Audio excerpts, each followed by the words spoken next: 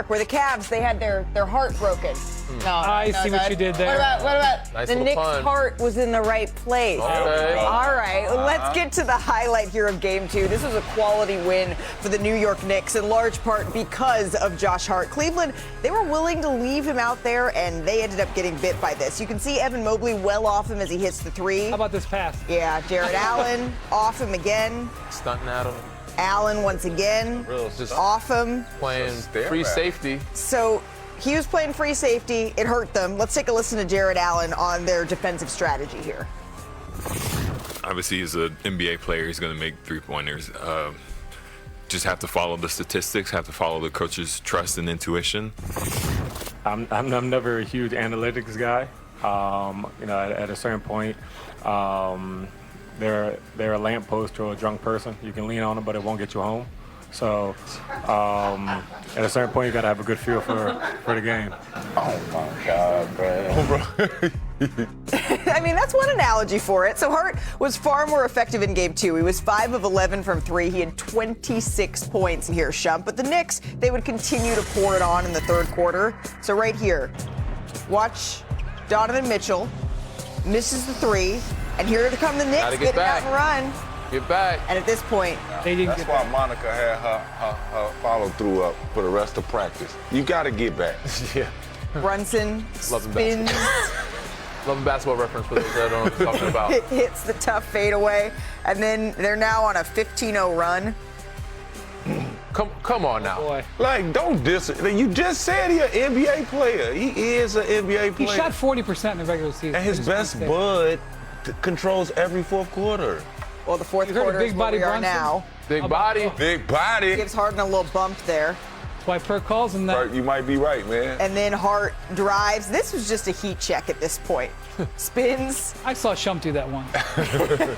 Big night here for Hart, Brunson, the Knicks. They take both games in the Garden, so now they head to Cleveland with a 2-0 series lead. And rightfully so, we focused a lot here on Josh Hart. But Jalen Brunson, his 14 assists. He was scoring in Game 1. It was all about the assists in Game 2.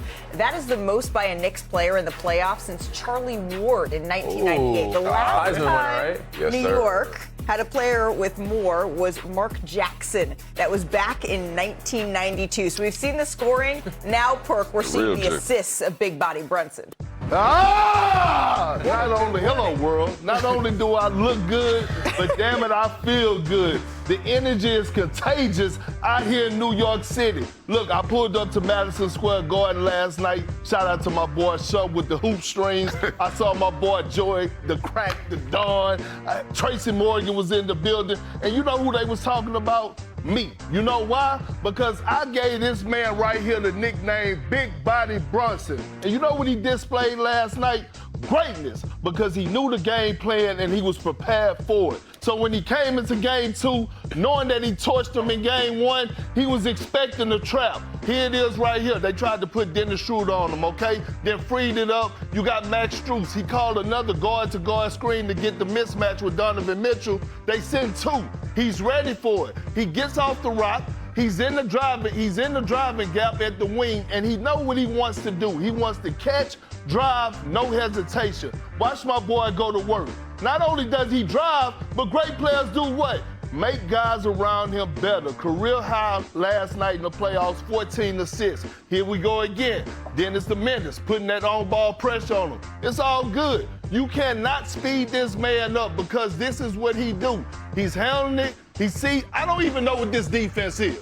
I don't even know what it is. But I know he's seeing the whole damn floor. Watch this beautiful pocket pass to his boy Mikal Bridges for the nice 15-foot floater. Here's the deal.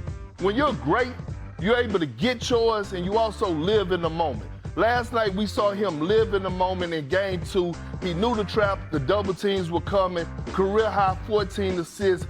Big Body Brunson was in the building. Well, it certainly seems like the New York Knicks are figuring out ways to win in different ways. Perk, thank you for that breakdown and for that shot of espresso. Great energy, bro. Yeah. 3 o'clock in the afternoon. Energy is Someone give my man a contagious. towel. That was a heck of a Good as I breakdown. do. Give me these tapes. Danny, so I know we're all impressed by Perk's breakdown, but what was the most impressive part of the Knicks to you? I mean, it's just they find different ways to skin a cat, to win games. And it's one game it might be Landry Shamet, one game it might be Deuce McBride. Yeah. Last night it was Josh Hart. And his mental fortitude of hearing the rumblings of people saying, you know, his plus-minus off the court. He was benched in game They were one. benching him. And to come back after seeing that in a big city like New York, you know the microscope is bigger. So there's a lot of media attention. To take that on and say, our next game, I'm going to be confident. Knock down his first shot, not be passive at all. He was aggressive. Like, you would have thought he was hot last game, the way he was approaching the game. So for him to come out, not only take these shots, knock them down, take them with confidence, make them pay, and then also get in the paint and defensively give deflections, he gave his team a huge plus in that momentum swing for them. And it said every night it's somebody different, but last night was his night. They played 12 playoff games. They won 10 of them. 2 they lost by 1 point. They came down to the last possession of the game. They easily could have won those games.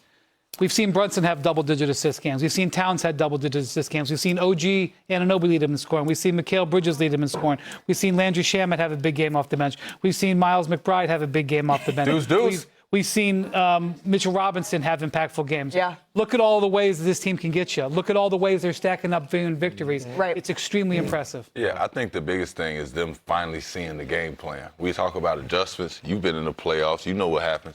Let's go to the footage, man. Let's run the footage of me being picked on. I've been picked on before. I've been picked on. We had to play against Chicago. They picked on me. They said we're gonna leave him wide open and we're gonna see Kenny Mon beat us. And when you have a game like that, you can't take it as disrespect. You take it as a platform. Hey, y'all gonna put the light on me? We gonna shine the light on me? Oh, I get to get off? Yeah. And that's where it comes out. That's where a player gets to finally show his worth. Yeah. I think a lot of times within a system, within whatever happens all year, you start to feel like, hey, this guy can't do that or this guy can't. Sometimes it's just not required by the team. Real talk, but that was a closeout game in Shump's hometown. It's one of his favorite games. Yeah, that's what I'm saying. Right?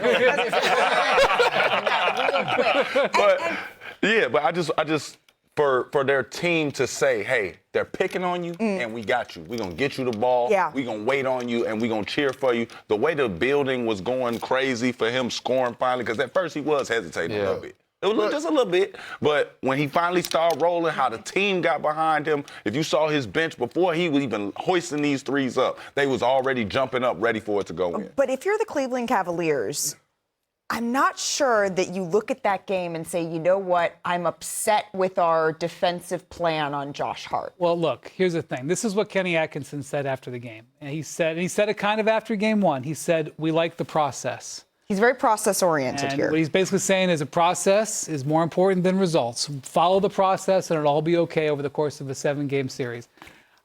I agree with that in principle, but coming off game one where they didn't look so good, following the process in game two, it's just a hard sell. I'm not saying it's wrong. I'm just saying it's a hard sell. Right, but the Cavaliers, they scored, 109 points in that game? Or the Knicks did, rather? Yeah. If the Knicks score 109 points, the Cavaliers, I don't know that you're looking around and saying that that's not a beatable, a winnable recipe. You're correct in principle, again. But I'm saying after the way game one went, it's a hard thing to sell. Sure.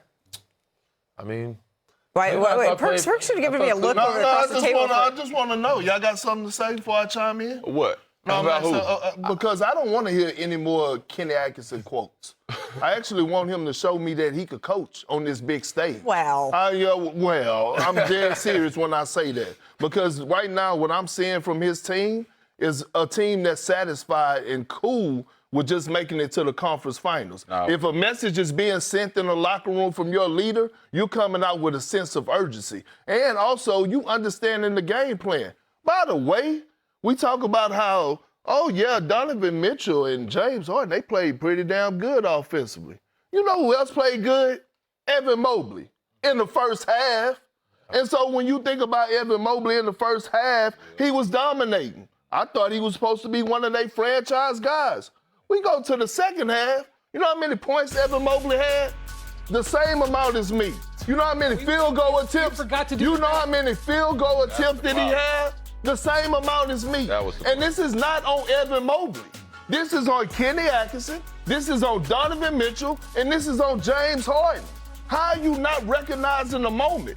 I just highlighted how Jalen Brunson was surveying the floor and living in the moment and saying, I'm finding guys. But you don't realize that your guy has 14 points. He's killing in the first half, and in the second half, he don't get a field goal attempt up. He have 0 points, and you're trying to convince me that it's processing. It's a process. No, this is a team that's not focused. This is a team that goal was just to get to the conference finals. That's what it looked like to me. Yeah, I ain't gonna lie. I can second that. I don't think that if you're pushing toward a championship, you can sit back and say, yeah, we have time to process. You know what I'm saying? Like, I don't mean to do that. KA is my guy. It's just I don't understand that within. There has to be a, hey, it's right now. Like, especially when you blew I don't think that's all Kenny's fault, too. This looks like a team that's also fatigued. Like, they look tired. I understand you don't want to hear the tired No, we thing. definitely can't We don't do want to that. hear it, but Donovan don't look explosive as much anymore. And sometimes it's mental fatigue. You go There 2 has been 7-game series, it conversation about wears his on health, people. So they look worn out. Wait a minute. Donovan Mitchell. Now, yeah, I know. The getting tired stuff. All right, we gonna go now. All right, Donovan Mitchell is Spider Mitchell. That's his nickname, correct? Yeah. We all seen Spider-Man. Yeah. Y'all seen Spider-Man. Yeah, I know. Spider-Man get his ass whooped. He be hurt too. His mask come off too. But you still gotta catch the bus. You gotta catch it. The train. And you can't let it fall. You gotta bring the trains together. Bring it together. Well,